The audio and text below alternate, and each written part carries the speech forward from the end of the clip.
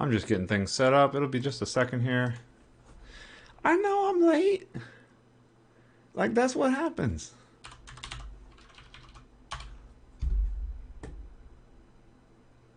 It just takes some time, man. I just gotta get set up, man. You know what I'm saying?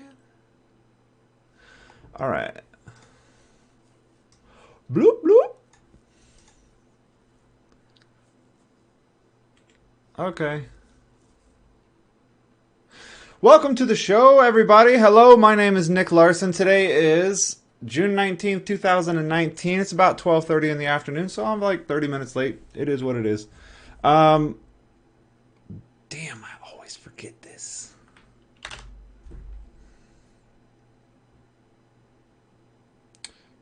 Programming. Okay, there we go. All right, update the name of the thingerbobber or whatever. All right, first off, I'd like to give a shout out to Parathon. Thank you so much for the follow while I was offline. Also, Exywizit. Thank you for the follow. I really appreciate that. Your name is right over here. Okay. We have been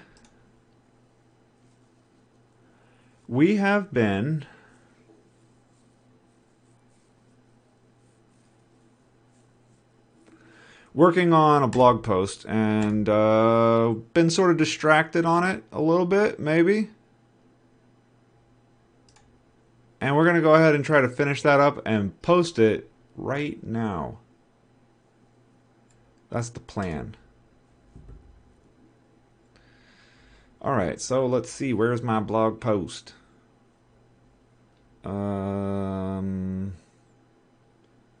How we sped up random forest.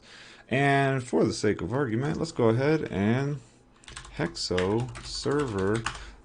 Oh my goodness. Give me just a second. My kids are outside in a trash pile.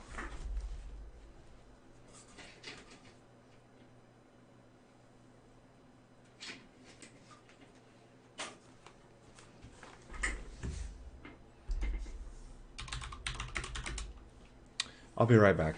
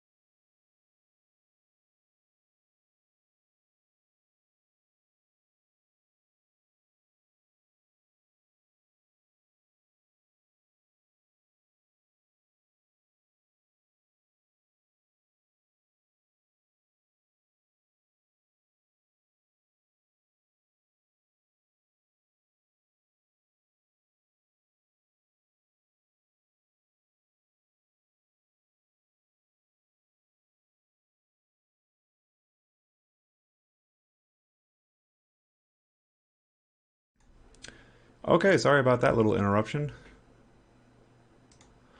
Um, okay, so let's go take a look at where we are with this thing currently. There it is. And then what we're going to do, come hell or high water, I'm going to get this thing out today. Because I don't want to sit on it anymore. Okay, I work on the team at Stack Overflow that deals with the selection of jobs and sidebar ads. These things right here. Boom, boom, boom, boom, boom, boom. Good image. All right, the goal of my team is to make the model that predicts the likelihood that a user will click on a given job if shown that job. At any given time, there are 5,000 jobs or so on the job board that the current visitor can see, so we calculate the expectation for each job, then perform a weighted random selection over those values. The problem we have here is one, that I'm not wearing my headphones and can't hear anything, and two, that this model needs to be updated from time to time to account for changing market conditions. Basically, new technologies come out all the time, and which kinds of technologies are being used on Stack Overflow changes all the time, and which kinds of jobs are being listed changes all the time. Lots of change. All right. In this most recent round of updating the model, we decided to go outside of our typical process and put in a link that doesn't work.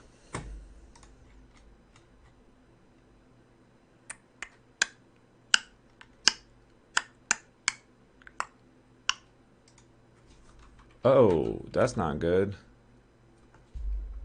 Oh, I see. It had that. Let's try refreshing the page. Oops. Refresh. Hey, there we go. We decided to go outside of our typical process of using lasso regression. Make sure that link works. Hooray! And instead decided to try it out numerous kinds of other models. At the end of the day, the best model on our selection criteria turned out to be a random forest. Hey, that works. A random forest is basically a collection of decision trees that all combine to make a prediction. True statement. Alright, you may have heard the joke. You may have heard of decision trees because they're brunt of one of the biggest jokes in all of AI. Okay, gang, let's see who the advanced AI really is. Oh my god, it's just a bunch of if statements. Ha ha ha. Image source, 9gag.com. Does that work? It is. Okay, great. But it turns out they're quite powerful after all, especially when you use a lot of them together. That's what a random forest is. I tend to get... I think I probably actually want to say that.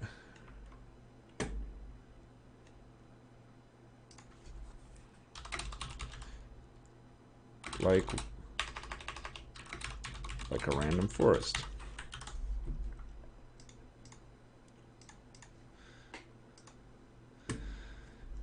Use a lot of them together, like a random forest. I tend to get a little upset when I see that meme because the interesting part isn't really how they make the predictions. The interesting part is how they are constructed, which is legitimate ML. True statement. Training a random forest can be quite expensive, however, and we were not able to feed it with all of our sample data. Instead, it was decided to try a simpler model, XGBoost, which we could feed with much more data in the same amount of time. This is trained in a totally different manner, that is using boosting. However, on the prediction side, it turns out to be almost exactly the same as a random forest. So we have a new model. We hope it's going to be good. Now we need to run a test, which means we need to get this thing into an API that can be called from the ad server. So let's try the easiest thing first. All right, one problem we have had here is that most of our models are trained in the R language. I should probably drop a link there. R language.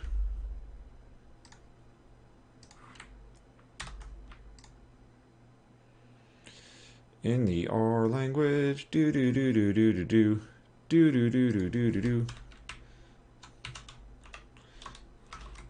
I like having links in my blog post if that's not immediately obvious. Oops. All right. One problem we have had here is that most of our models are trained in the R language, and then we have to convert those models into C#, which is what we use for pretty much all production stuff here at Stack Overflow.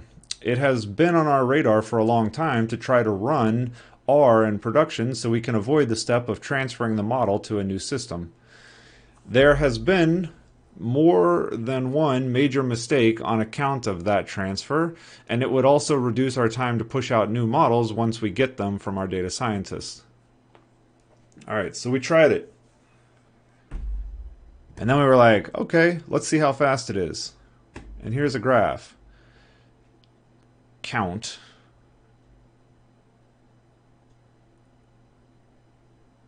I could probably do a better job there.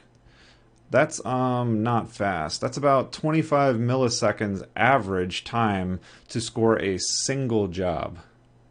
But wait! We have lots of jobs on the job board at any time. That's how many you can see right now if you live in the United States. Oh, I have this 5,000 up here. I need to remove the 5,000.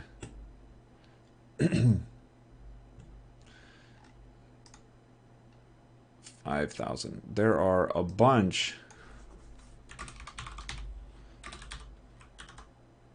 of jobs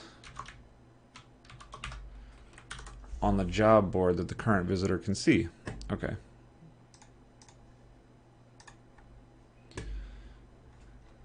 All right. At any given time, there are a bunch of jobs on the job board that the current visitor can see, so we calculate the expectation for each job. Okay, now we get into actually showing how many there are. That's how many you can see right now if you live in the United States, and you can see how many jobs are available in your area right now by visiting stackoverflow.com/jobs. Ooh.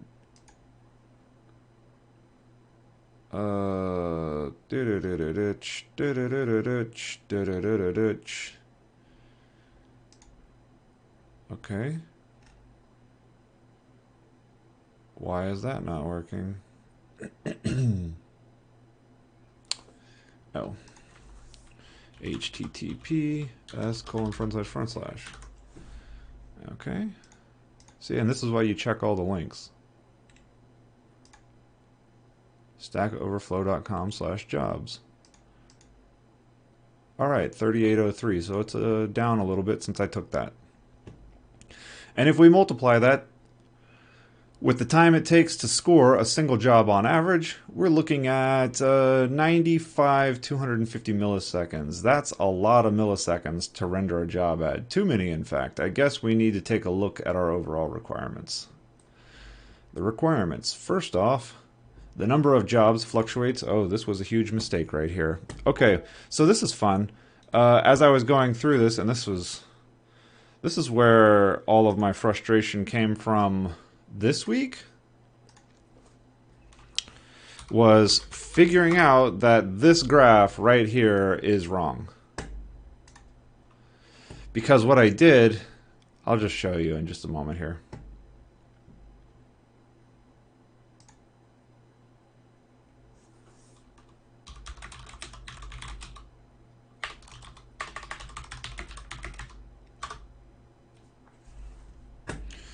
What I did, we want to go CLC serving dot engine duration 99. We want to do this on all of the web boxes, and then we want to add in another query, CLC dot serving dot engine dot average. All right, now the problem that I made looks like this. NY web, but I don't want it to be that, I want it to be star. Okay, query these.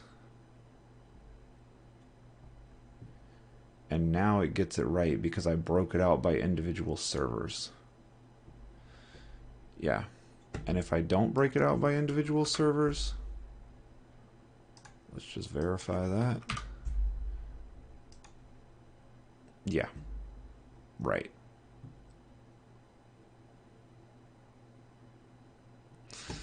Frustrating. We need to go back like a week.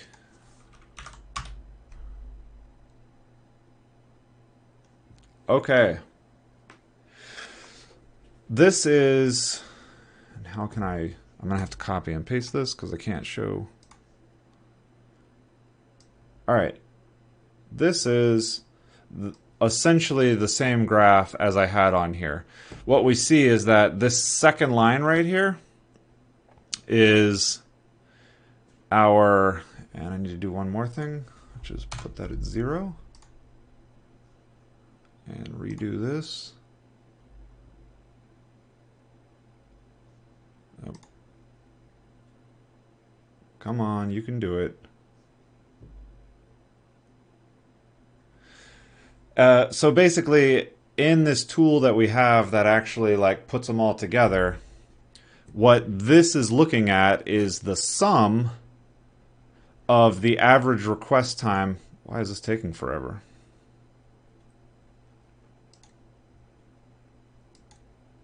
It just ran us. Let's just reload the page, I guess. Yeah, there you go. That worked just fine. Okay, weird how that happens. Some kind of UI bug. All right, so this is right here. This is the graph of what we were looking at last week. And basically what I did was I had this set to sum right here. So this is taking all of our web boxes, all of them, and it's showing me the 99th percentile of all of them added together. When in fact, what I should have done is taken the average and limited it only to NY web boxes. So if we go and do that, NY web, now what we're going to see is something that actually makes a lot more sense. Looks like this. All right, this is what we were building off of when we were first doing this. And this is what I had in my head when I was writing this blog post and when we had decided on what all of our things were going to be. Basically, it looks like this. We have the 99th percentile. I'm sorry, the average was actually around 22 to 23 milliseconds per request. And then the average of the 99th percentile was around something like, what, 65-ish in here. Gets a little crazier during the week, during the afternoon. And so this was a huge mistake on my part because we were now building this thing as if we needed to get to, about 215 or so milliseconds on average. And we got our thing down to 170. But then when I went to show it to the team, they were all like, oh, this is not good. Like, we have screwed this up. We have not done a good job here. And so we didn't quite get to where we were hoping for. This stuff that you see over here is actually due to some changes that we made to get ready for this experiment that we're about to run, which will hopefully kick off like tomorrow.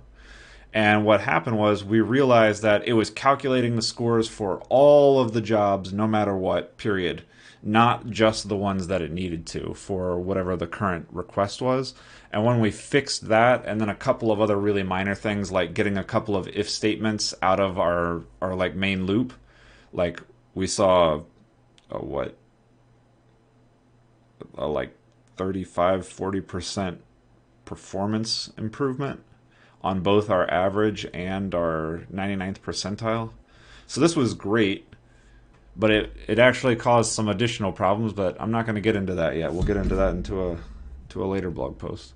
But for now, I just want to fix this idea that this is the graph we were going off of, because that was not correct.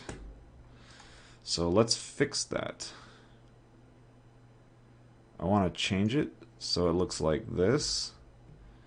And I want to do, let's do 7 days ago and 6 days.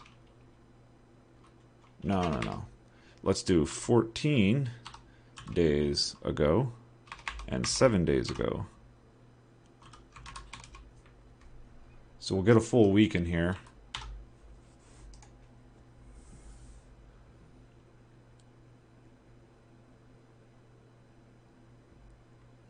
And we'll get a better picture for this. Which again is crapping out. Weird. Okay. So this is what we want to take a picture of.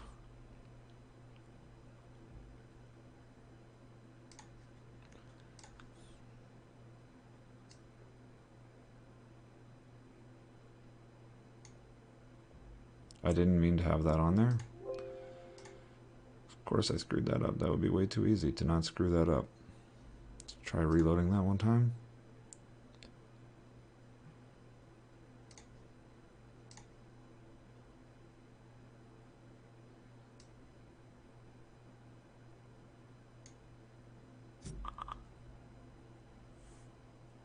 Save this as add request time.png. Yes, I want to replace it. And there we go. All right, we have now replaced that. Okay, perfect. First off, the number of jobs fluctuates from time to time due to various marketing conditions, syndication efforts, as well as other seasonal fluctuations. We need to build in some buffer here, so let's say this needs to work for 5,000 jobs, and of course the more the merrier. Alright, looking at our current ad request times, it looks like the entire job ad selection process takes about 220 milliseconds. That was incorrect. Takes about 25 milliseconds on average, and roughly 65 to 70 milliseconds for the 99th percentile. Alright, that's to do all the scoring and choosing of jobs based on those scores. I'm not entirely sure how much of that time is in the job selection process, but we need to give ourselves some buffer here, so let's just call it 70 milliseconds. So let's just call it 25 milliseconds.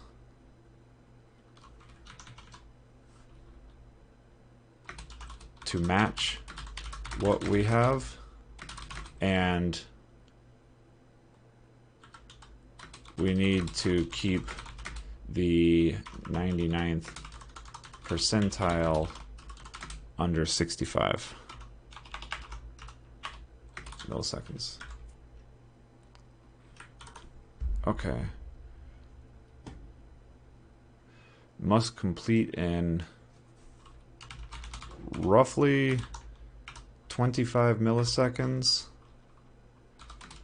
and 99% of requests need to finish in under 65 milliseconds.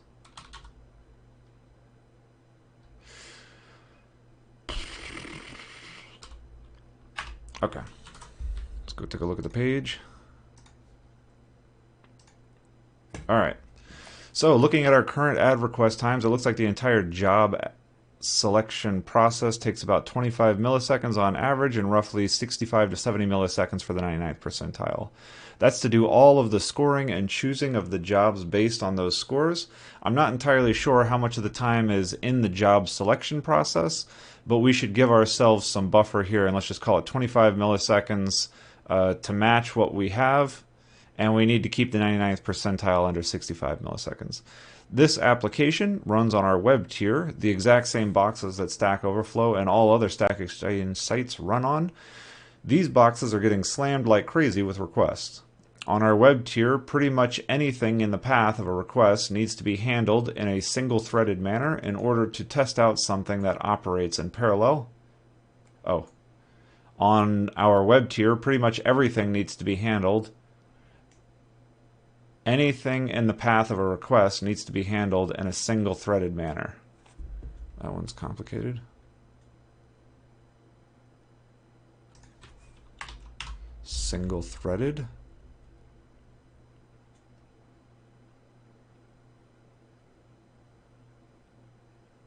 Single-threaded. Maybe it'll make it a little bit easier to read. In order to test something,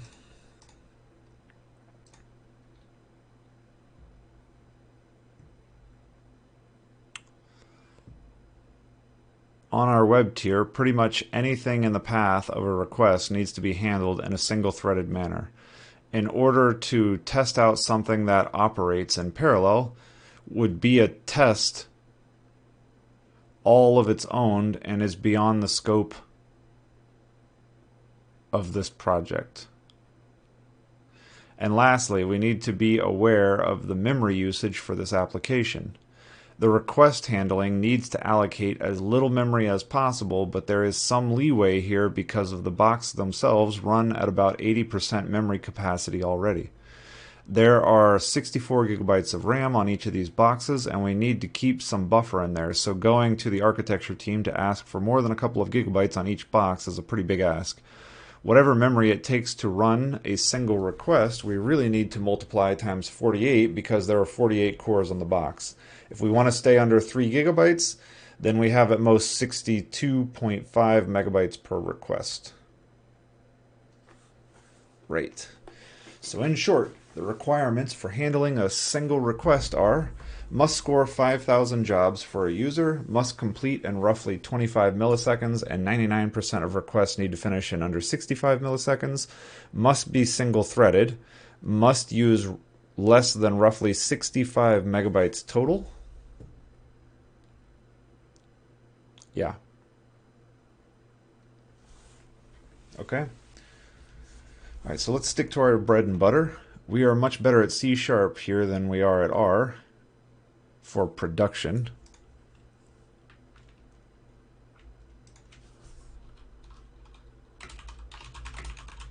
For performance critical applications.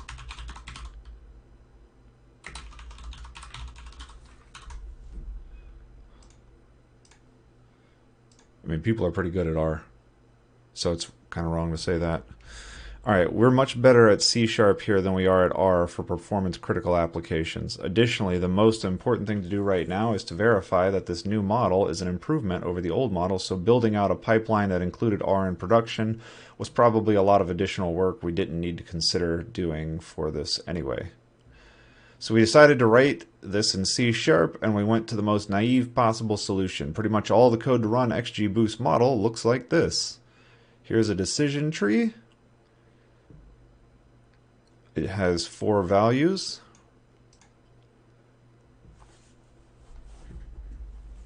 True branch, false branch.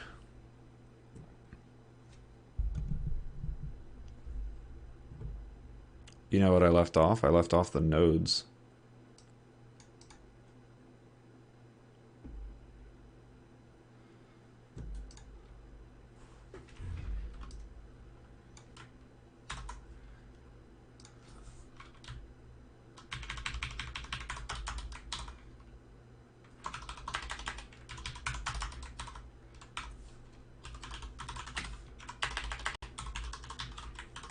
Nodes. Probably do read only here. All right, read only nodes. You set the nodes in the constructor, so that's fine. Double evaluate, double.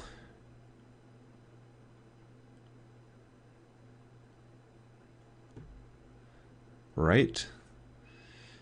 While node.featureIndex not equal leaf index. Node equals nodes, return the value. That's right. Public sealed XGBoost. Private decision tree, trees, XGBoost. This dot trees equals trees. Probably make that one read only.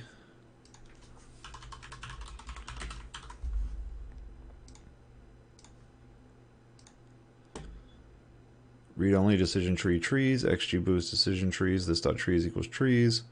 Public double nodes evaluate probability. Trees dot sum t of evaluate instance, pass in the instance. Var result equals logistic value. Yep. That's it. And that converts the output to a probability. Okay. So all of this looks correct now. That's basically all the work part of it. I left off the parsing code because it's not particularly important. But so you are aware of what the actual output from the XGBoost model in R looks like, here's a snippet. All right, and there are 1,000 of these trees. All right, this represents tree. All right. This snippet shows 2 trees. delimited by the booster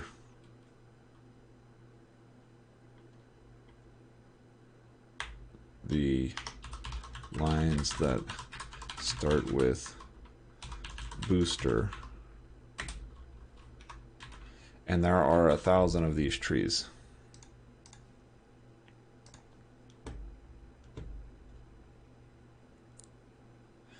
Due to the way this model was trained, the missing branch, which you would normally take when a feature is missing from the sample,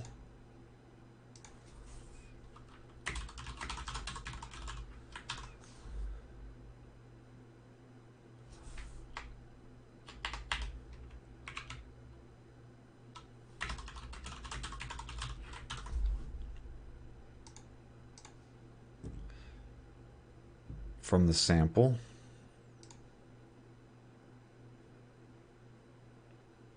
which you would normally take when a feature is missing from the sample, is always the no branch, because this is because we replace all values with 0 if they're missing, and all features have a positive value in our problem space. The gain and cover variables are just output from the model for your information, but do not affect the tree at all. The first number is the index of the line that is referred to by the yes and no parameters. These features are numbered 0 through about 840 in our data. So when you see FXXX, it means feature number XXX in the input. The input to these, as you can see from the evaluate function, is just an array of doubles.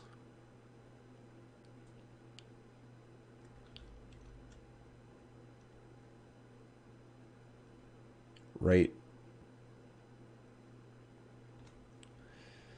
Yep.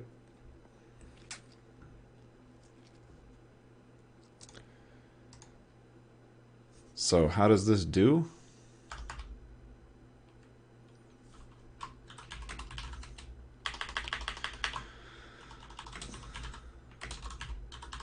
How close are we? Let's try it out real fast and see. This is just using a simple timer wrapped around running this code with some examples with 5,000 examples.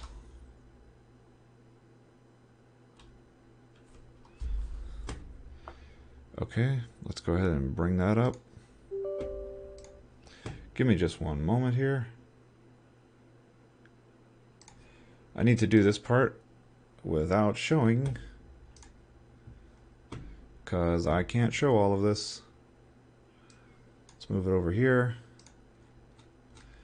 Now I need to set up the benchmark. Do do do do do do do do do do do do do do do do do do do do.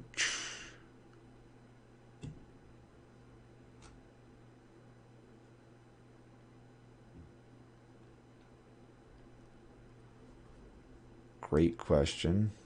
Let's put it into release.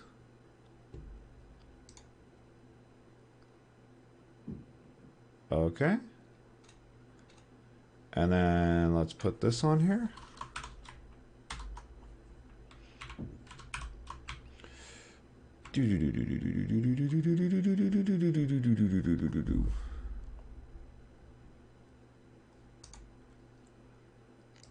Benchmarks? Oh, it's gonna take a minute.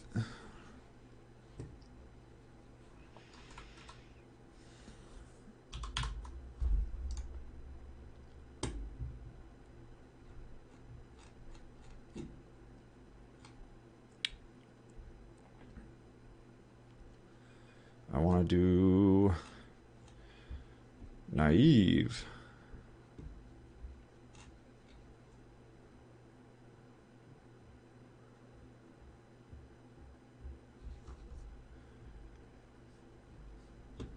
How do I get to naive?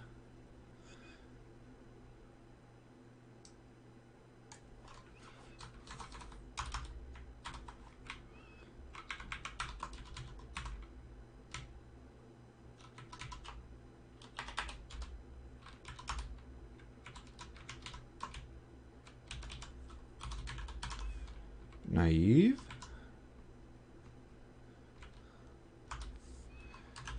Config dot targeting dot evaluate naive.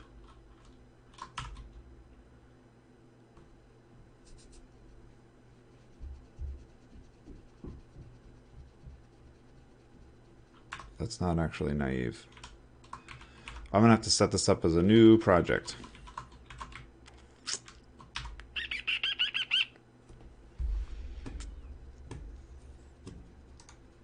Okay, let's just do that real fast. It's not gonna take that long. We'll just do it in LinkPad. Oh, man, maybe we won't do it in LinkPad because I gotta get the samples. Ugh. We already had this in a repository. So we're gonna open that repository.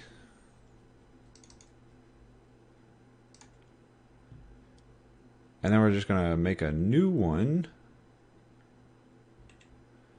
called XGBoost Naive. That's what we're gonna do. New file, XGBoost Naive.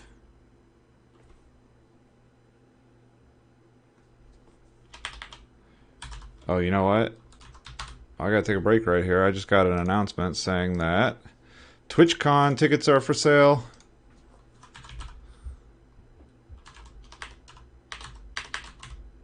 TwitchCon. Get your ticket. 3-day plus party. Let's go ahead and do that. Let's switch this over here to my full screen camera. Buy now.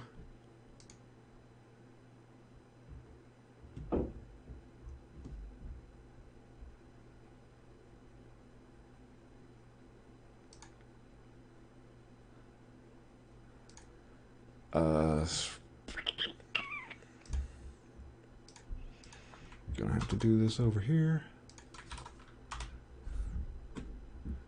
Connect with Twitch. Yeah, authorize. That's me.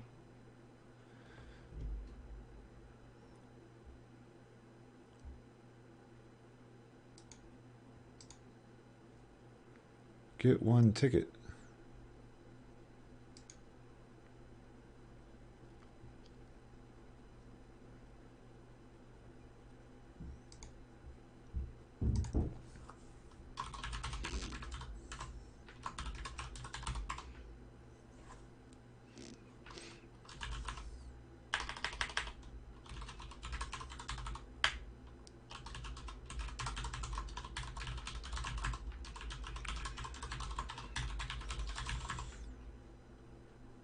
Billing address.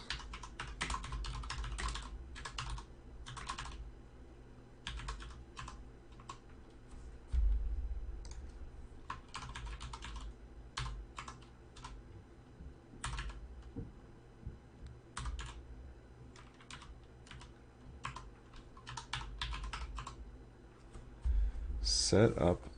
Choose a password for your new Ticket Fairy account. Not super interested in that, but sure. Copy. Fill my password.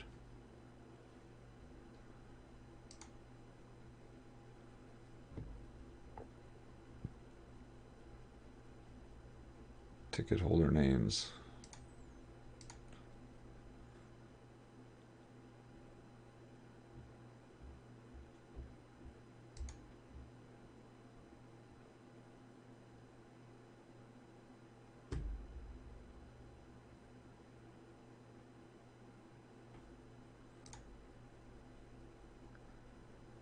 Next.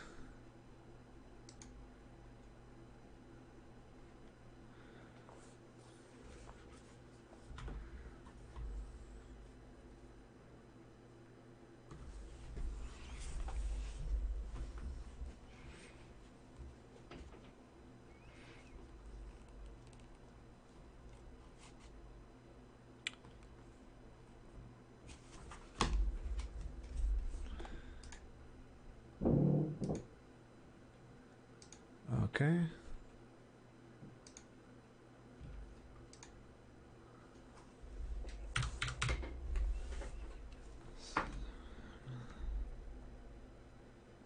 Okay.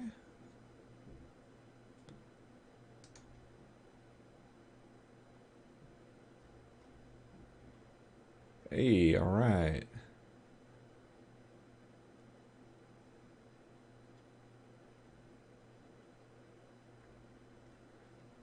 Sweet. All right, just bought my ticket. Great.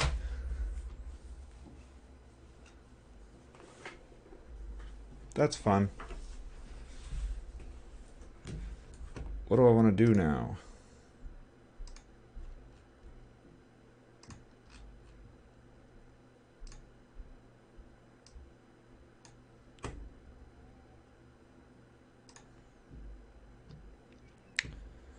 Telling people.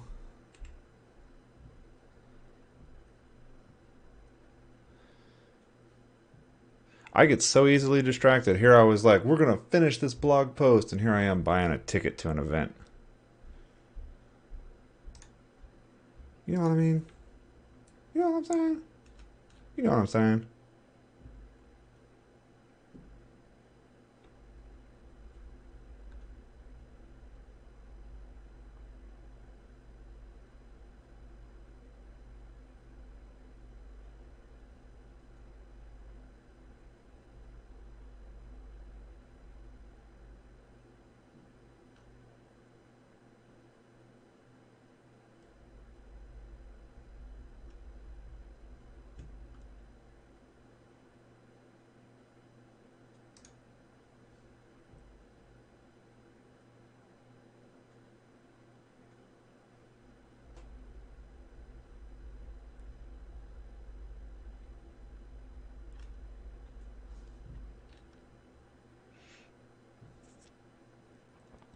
I am reading.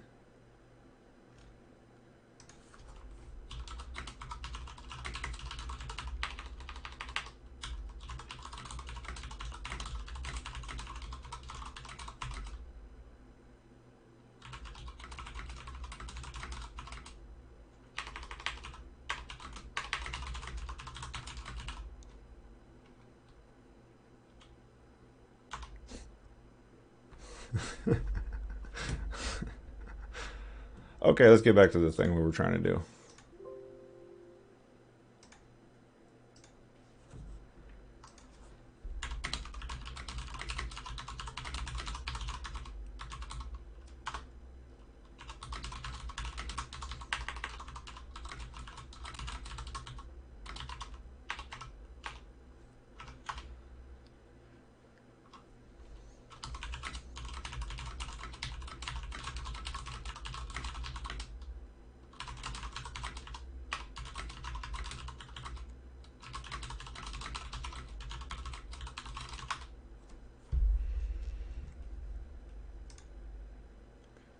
Okay, all right. Back to the actual thing we were trying to do. Got my TwitchCon ticket. All right.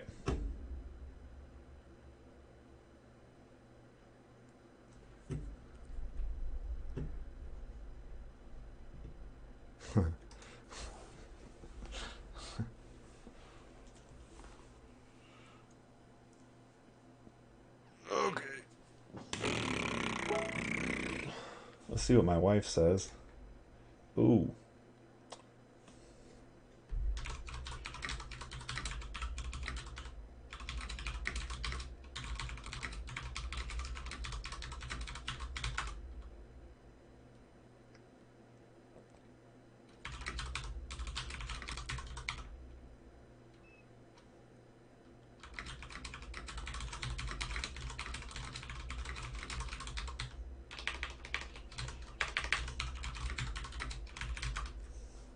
Okay.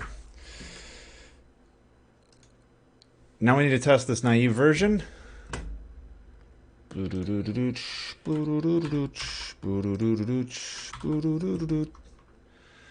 to keep all of this garbage in here. XG boost. Naive. Naive. What you mean? That's not right. That's right. Man, that's right. XGBoost naive. See what I did there? That's how I fixed it. We don't need any of this garbage. In fact, I don't need any of this garbage. I just needed the outline. Let's close this so we can actually see all of this. I need that. Boom. And now I need to go and grab from here our code that claims to be all we need. Okay. Then we go back to here, and then we just kind of paste it in here like that. You see what I'm doing? And then we indent. Looks pretty good to me. Decision tree. Naive. No, I want to call this decision tree. We're just going to change the name of it. Oh my goodness, what happened? Decision tree. We're just going to change this from modeling to dot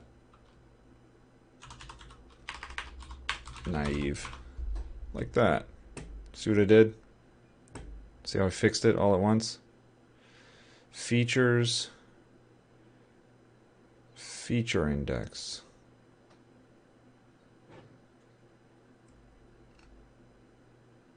Oh, I got this backwards. Another good reason to pop this in here. Oh, hold on.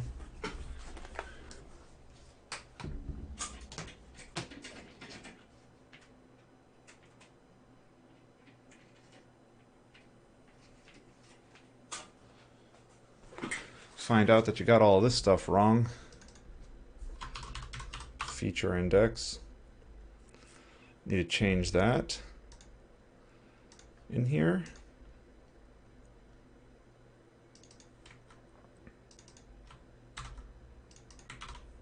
Oh my goodness.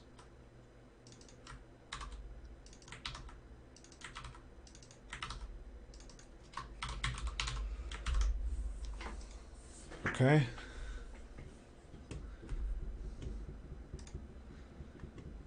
And then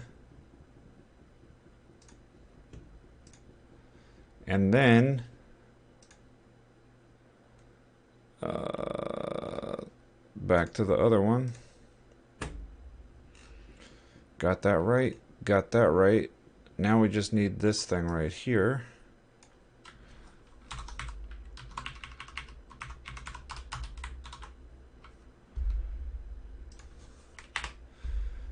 And we're not going to call this naive. We're just going to call this XGBoost. And then we have decision tree.create that we need to copy over, which is going to be in this other file called decision tree.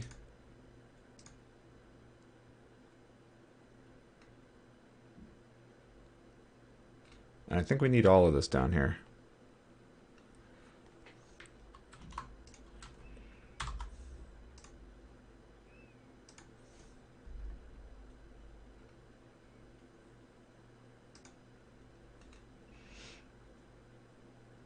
We don't need any of this.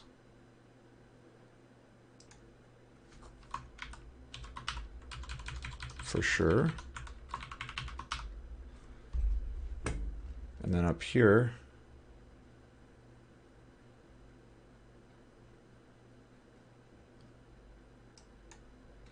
we need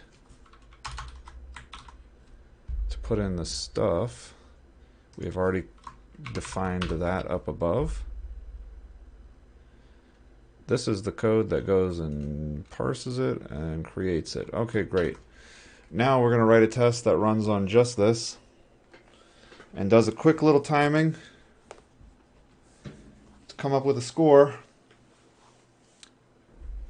And then we're going to dump it out.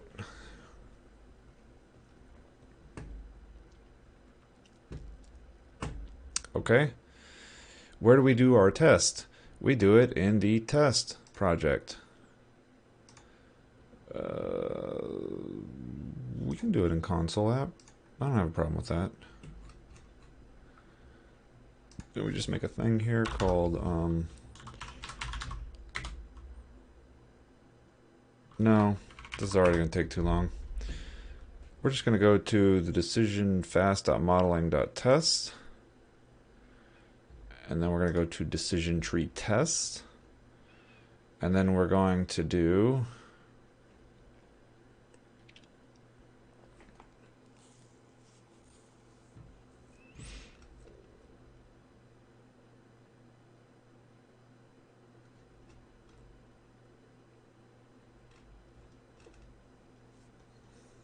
two things. First one is we're going to verify correctness.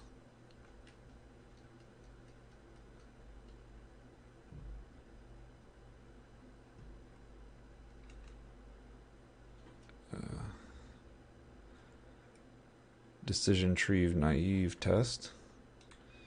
Copy. Paste. Rename.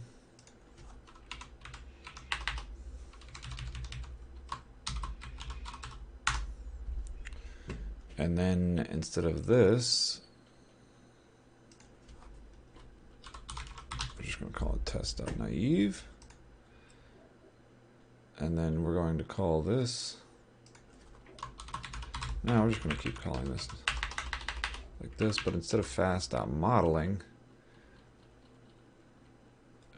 which we already don't need, but we do need .naive.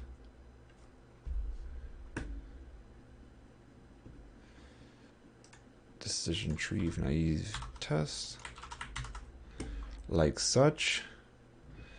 Then we're going to do test decision tree create. That's not the one I want. That's not the one I want.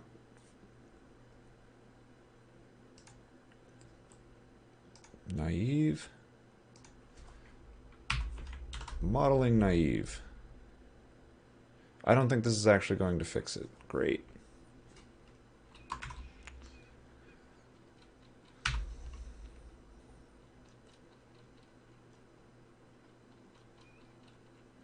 I don't know how to make this easy.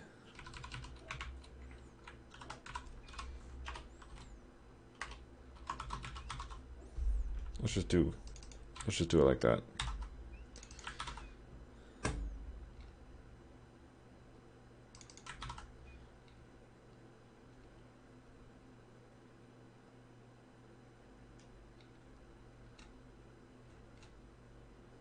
Return decision tree naive.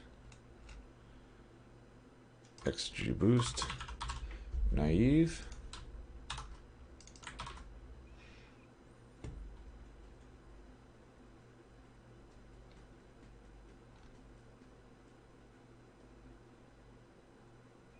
Why does it think that's a decision tree? Because that needs to be a decision tree naive.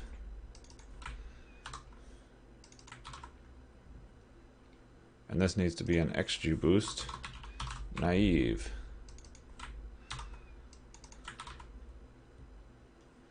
And these trees need to be decision tree naive. Okay. Now let's go verify the correctness. No, I don't want to save that. Don't care about that. Don't care about that. Let's get rid of that. Okay, test decision tree naive. Create. Naive.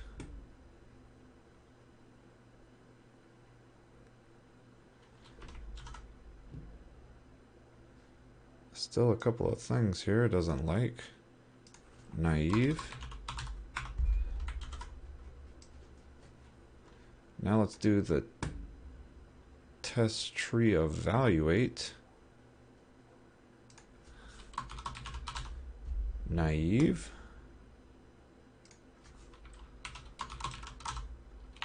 Naive. Test values.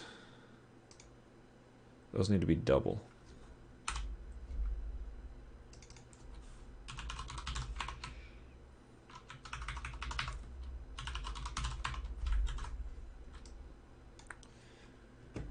Okay. test the create of the XGBoost. Okay.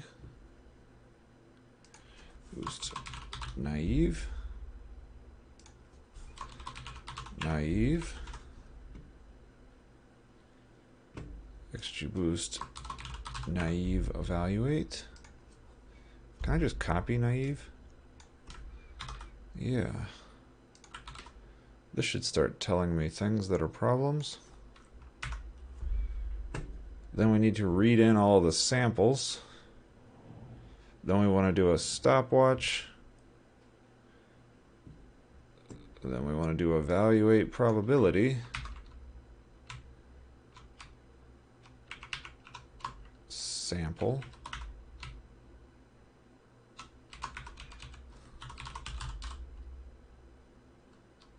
What the hell? Value?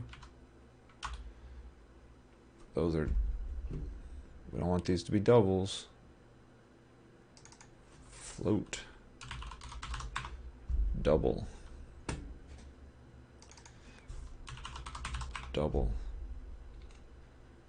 Okay. Sample.value probability feature index. In the range. And that's it. Those are the only three I want. I don't want the rest of this garbage.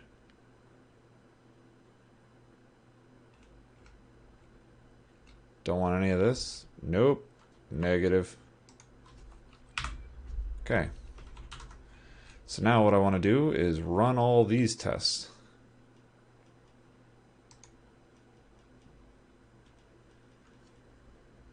Hey, what's up? Is Matt from VS Completely. Not completely. Just all right, 4 passed and 1 failed, so that's not good.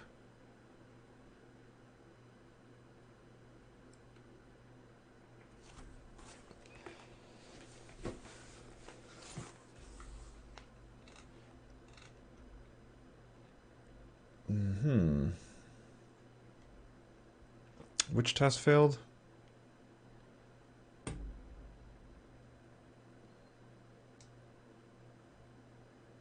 Test compiled func versus DT. What the hell? Evaluate.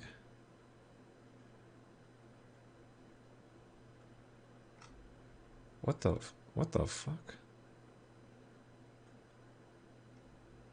Test compile. What the fuck is this shit? Control F. Interesting. I guess I just didn't delete this one. I see. It was down below. Oh, I see. Yeah, we got a bunch of garbage here we got to get rid of. Okay. Okay. Let's try that one more time.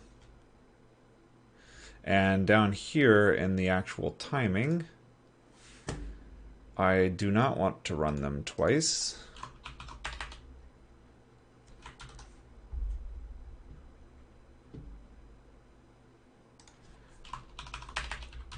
I just want samples.count. Okay. So this is a, not that this actually matters because that's a constant, but just for the sake of readability. So the idea here is, yeah, we're just going to loop over all of these. And then we're going to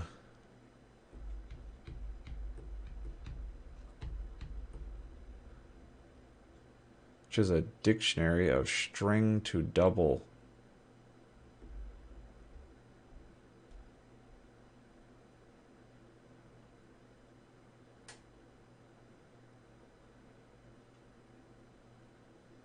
Whatever. It's close enough. Okay. So we're going to run all of these, and then we're going to take a look at the total milliseconds that spits out, and that's the number that we're going to report for the blog post, with one minor caveat, which is we have to run this in compiled mode, in release mode. So we're going to use this one. And we're going to pop this up, and we're going to go like this. And then we're going to change this to decision tree test, decision tree naive test. And then we're going to look at the name. And I want to say it's called evaluate.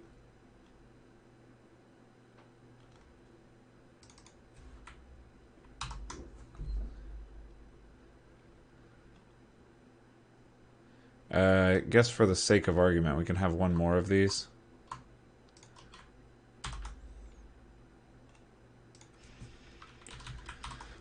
That we call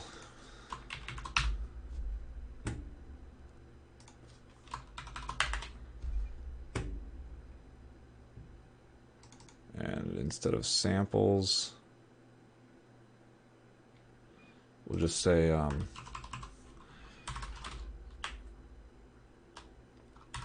var inputs equal samples.select m.value .toArray. Basically removing as much work from inside this loop as possible.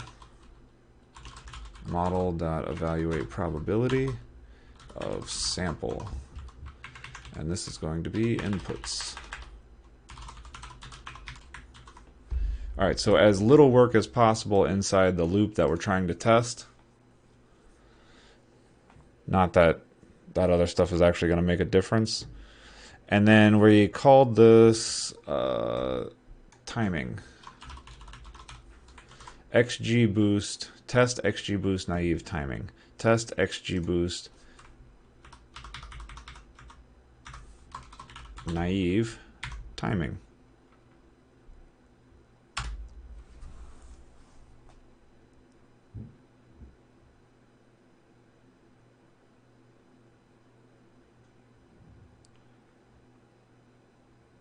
No test matches the given test case filter.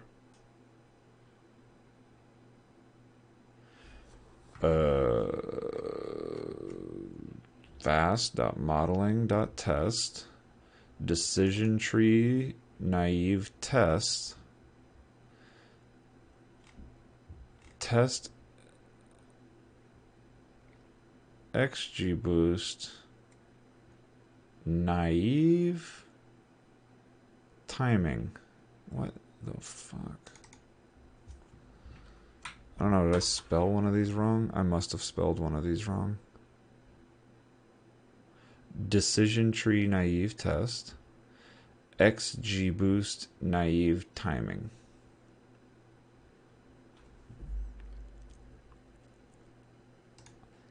Release.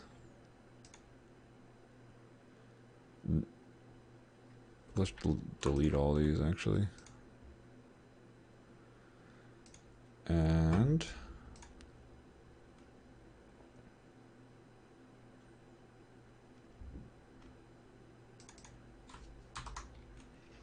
let's do the old name of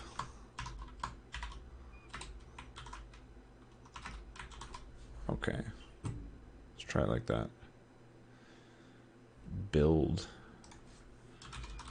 .NET build C release. Is it because I wasn't in the right folder? Fast.modeling.test.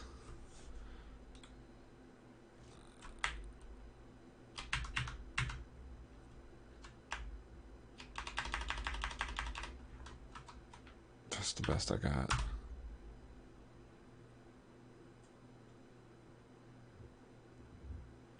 Oh, there we go.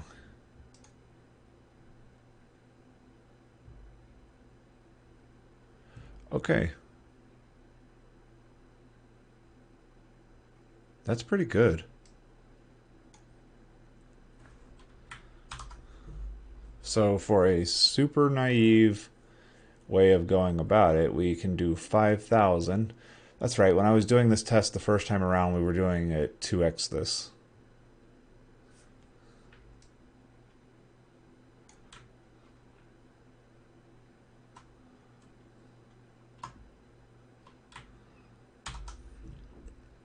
Okay. So let's go ahead and add this to the output.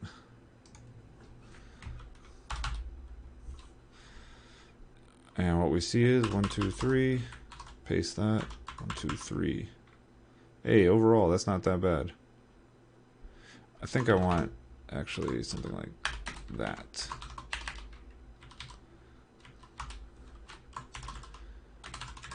Hey,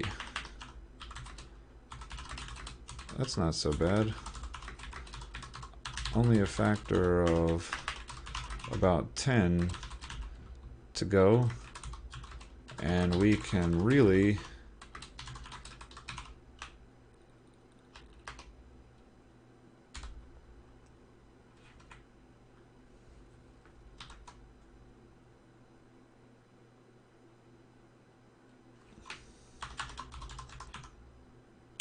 let's see. Let's take a look at the ideas. What had we described? Oh, we need to verify correctness. The most naive, show all the code necessary in a snippet, verifying correctness.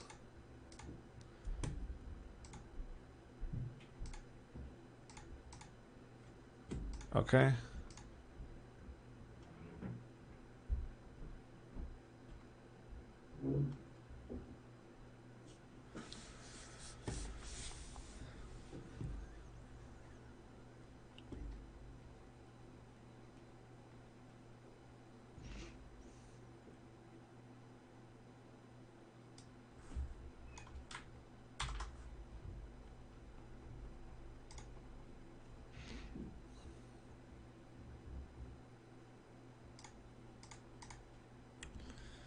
Oh, come on.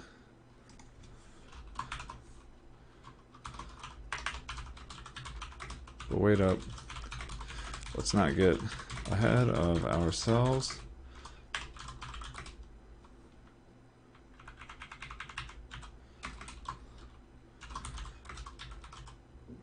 One caveat here.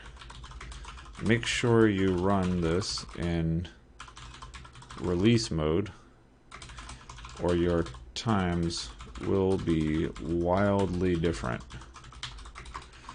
Also, the hardware we're going to be running this on matters. So we set up a test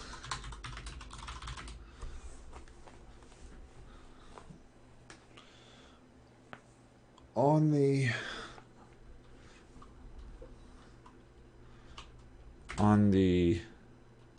box.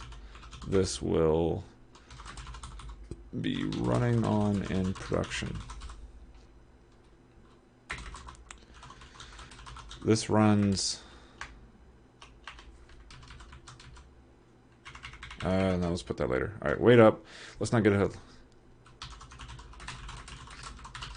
Actually generating the correct values.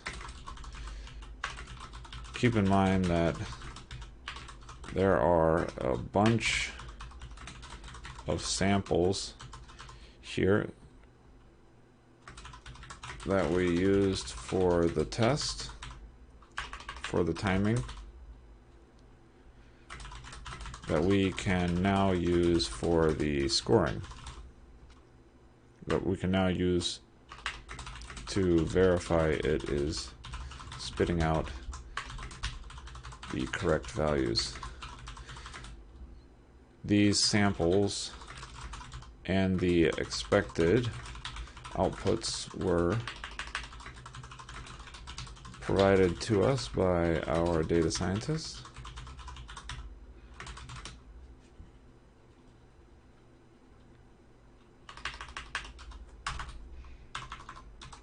C#.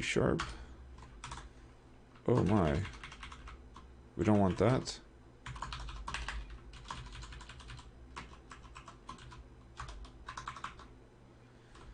Okay. Wait, no, we wanted to do it like this, right?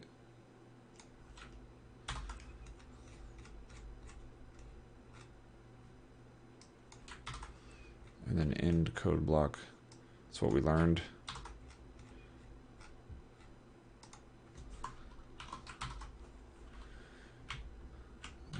sharp.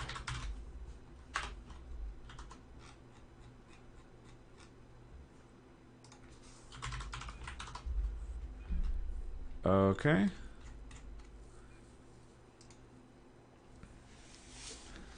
And the results of running this test.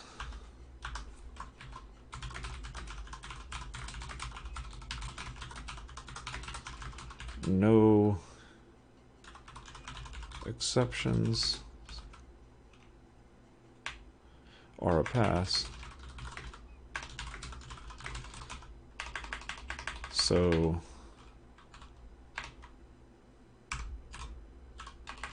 hooray, we're on the right track.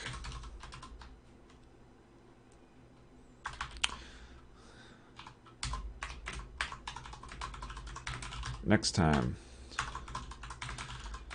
what's next?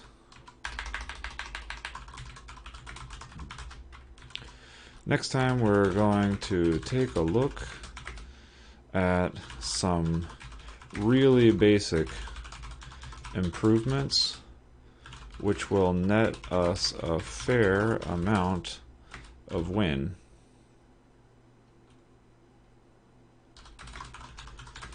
These are the first, the first step for designing anything is to get it working correctly and set a baseline.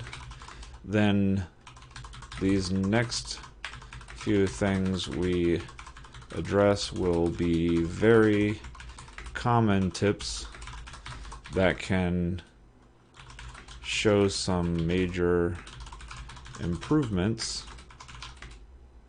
in your applications with only minor changes. Alright, that's cool.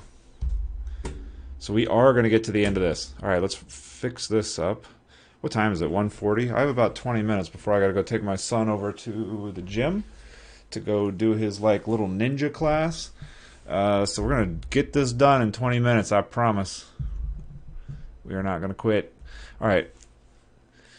Also, okay, C, delete. Hey, only about a factor to go. Also, the hardware we're running on this on matters. We set up a test. I should point out here that when you're trying to reach a specific performance goal, the actual machine you're going to be running this on makes a difference. My dev box gets an update about every other year and is much more powerful than a lot of our production servers, especially the ones this will be running on. In an ideal world, we would set up, we would run this test on the machine we care about, but since we're so far from the goal already, it's not time for that yet. Okay.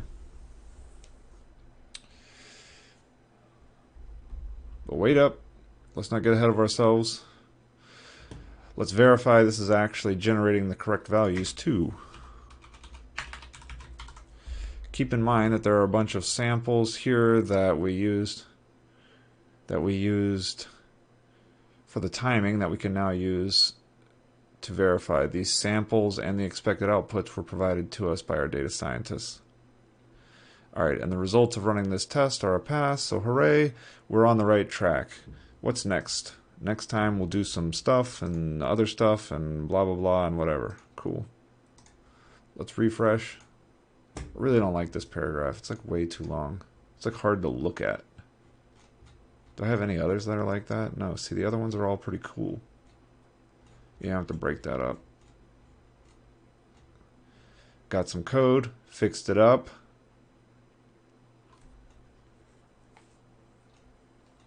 Got some sample. Yeah, whatever. Just leave it. Test XGBoost naive timing. Time taken for 5,000 evaluations. 233 point blah blah blah. Hey, that's not so bad. Only a factor of about 10 to go. I should point out that when you're trying to reach a specific performance goal, the actual machine you're going to be running this on makes a difference. My dev box gets an update about every other year and is much more powerful than a lot of our production servers, especially the ones this will be running on. In an ideal world, we would run this on the machine we care about, but since we're so far from the goal already, it's not time for that yet. But wait up, let's not get ahead of ourselves. Let's verify this is actually generating the correct values too. Keep in mind that there are a bunch of samples here that we use for the timing that we can now use to verify it is spitting out the correct values. These samples and the expected outputs were provided to us by our data scientist. Alright. Actual expected in range. Okay, and the results of running this test are a pass. So hooray, we're on the right track. What's next? Next, we're going to take a look at some really basic improvements, which will net us a fair amount of win. The first step for designing anything is to get it working correctly and set a baseline. The next step, then these next few things we address will be very common tips that you can show some major improvements in your applications with only minor changes. Is that true? Before I say that and then commit myself to writing something, the trivial stuff. Shrinking the representation, obviously going to be good. Using classes instead of using structs instead of classes, obviously good. Putting class fields in the best order, that one's a big one. Getting rid of link, also a big one. Getting fast access to the first node, also a big one. Okay, all of these are big ones. So that is good stuff. Okay, let's publish this. How do we publish? Good question. I think we just kill the server. And then we say hexo publish generate. No, deploy. Deploy generate. Whoa, look at all that crap.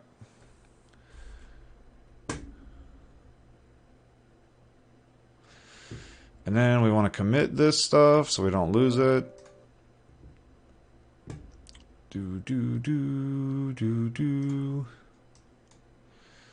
Commit. Okay. Update to decision tree post 1.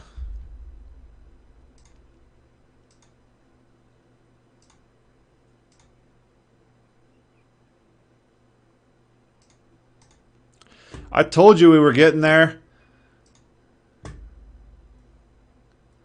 Should be live by now, right? Let's go to cultureofdevelopment.com blog. Oh, look at that. I really want to make it so that you can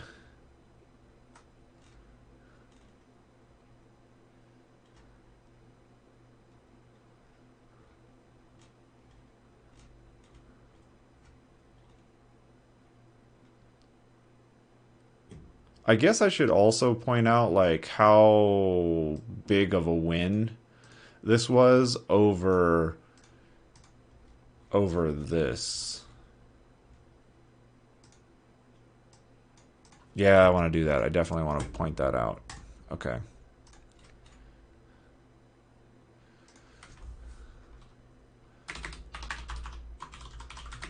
Let's also take a second to realize that the biggest win we're going to see here at all is that, let's also take a second to realize that the biggest win we're going to see here at all is that moving away from the tooling we are not familiar with, the R API described above, we were able to reduce the time for a single evaluation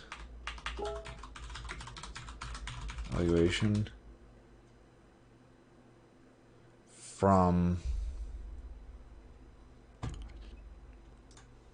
one second,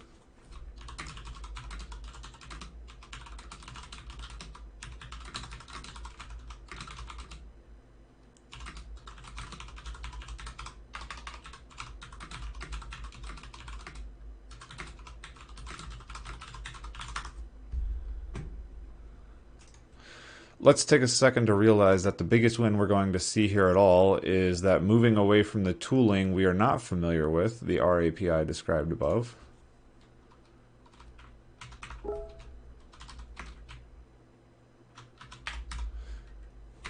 to something we are much better with,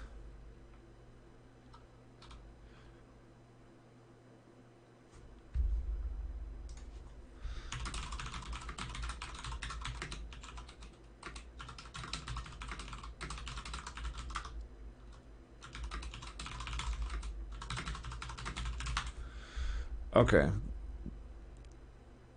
to something we are much better with, we were able to reduce the time for a single sample evaluation from roughly 25 milliseconds to roughly, bring up my calculator please.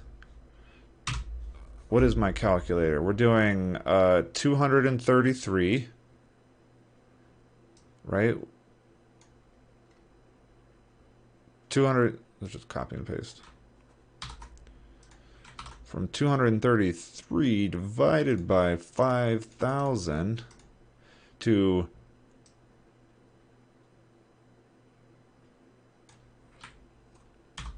0.47 milliseconds.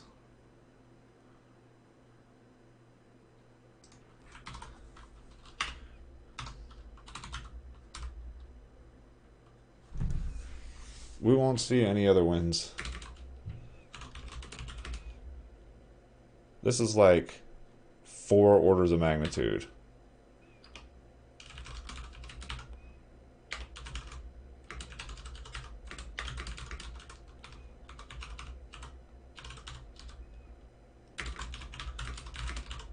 I want to be clear. This is not because R is slow. It's because we are not familiar enough with R to write efficient code. Is it 4 orders of magnitude?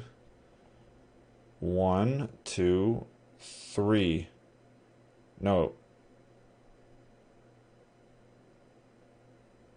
1, 2. It's 3 orders of magnitude.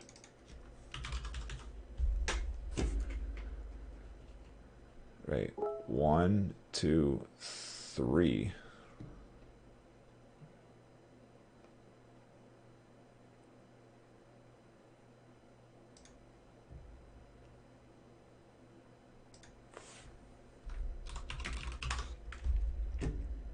Okay.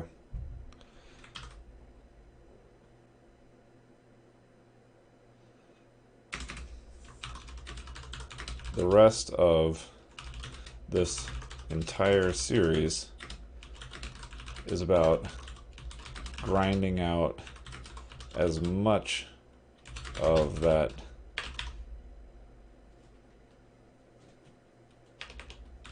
last order of magnitude as possible. Okay. I like that better. Let's try this one more time.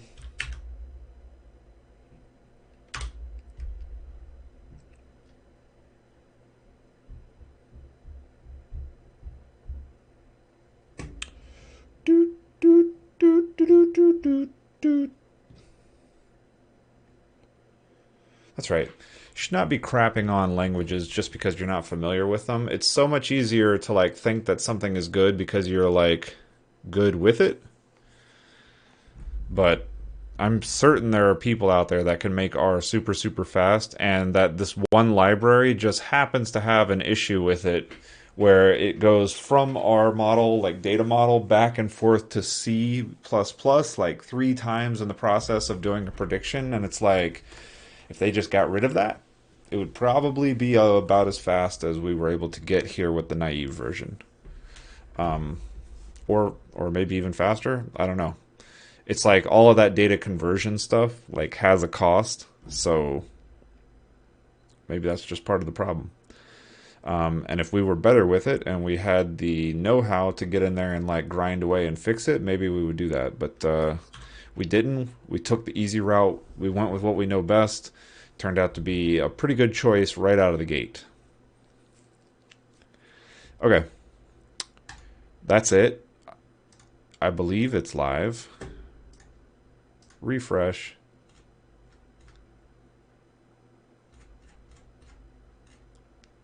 Okay, let's also take a second to realize that the biggest win we're going to see here at all is that moving away from the tooling we are not familiar with, that is the R API described above, to something we are much better with, we were able to reduce the time for a single sample evaluation from roughly 25 milliseconds to roughly 0.047 milliseconds. This is roughly 3 orders of magnitude. I want to be clear, this is not because R is slow, it's because we are not familiar enough with R to write efficient code. The rest of the entire series is about grinding out as much of that last order of magnitude as possible.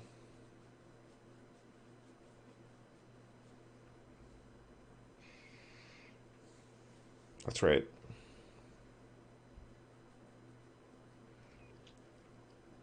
Okay.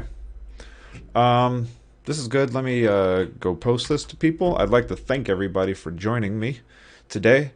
I know it was kind of a quiet day. I really wanted to get this done, but thanks everybody for hanging out anyway. And tomorrow, when we start, I am going to start some sort of a new project. I think I'm going to put this blog post off and just do it in my spare time to write the rest of this series now that I have a good outline started. And yeah, that's it. I think tomorrow we'll probably, you know what, I'm in a game making mood, so I think tomorrow we're going to make a game. Not like the last game, the JS game, I mean like a game playing agent. Maybe we'll write like a Monte Carlo simulation. I like Monte Carlo simulations. Let's write a Monte Carlo simulation, so I think that's what we'll do tomorrow. Be here at noon, and I got to leave at 2 tomorrow for a meeting, but I think we can get a Monte Carlo simulation done in 2 hours. And then on Friday, we'll make something that can beat us at a game. Thanks a bunch, is Matt, for joining. Really appreciate it, and hope to see you all soon. And have a good day. I will share the blog post, by the way. If you want to share it, by all means, it's live on the internet. Go ahead and send it out. I'm going to have a couple of people at work look at it before I start like tweeting about it. But yeah, thanks again, and I will see you all soon. Have a good one.